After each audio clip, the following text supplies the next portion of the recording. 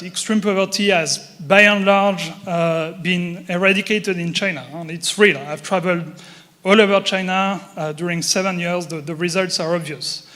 Can anyone genuinely make the case this made people less free, that they were freer when they were poor? Of course not. Poverty is the antithesis of freedom. When you live in poverty, you're quite literally a slave to your condition. Many have forgotten this, but FDR, Roosevelt, in 1941, gave a so-called Four Freedoms speech, where he defined freedom from want and freedom from fear as two of the four freedoms America ought to achieve. So he too recognized that poverty alleviation was fundamental to freedom. And since we're speaking about freedom from fear, that's another good one.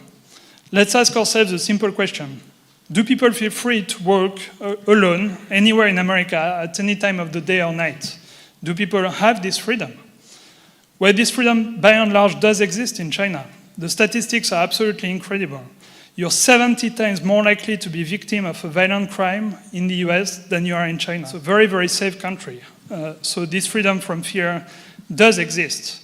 But I will conclude with probably the biggest form of freedom, a freedom that the General de Gaulle used to describe as the precondition for all other freedoms, and that is your independence as a country, your collective freedom to determine your own future.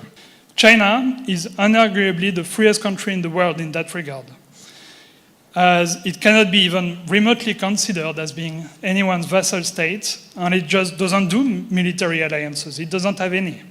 In fact, many argue that it's precisely this independence that's driving the current attempt to contain China.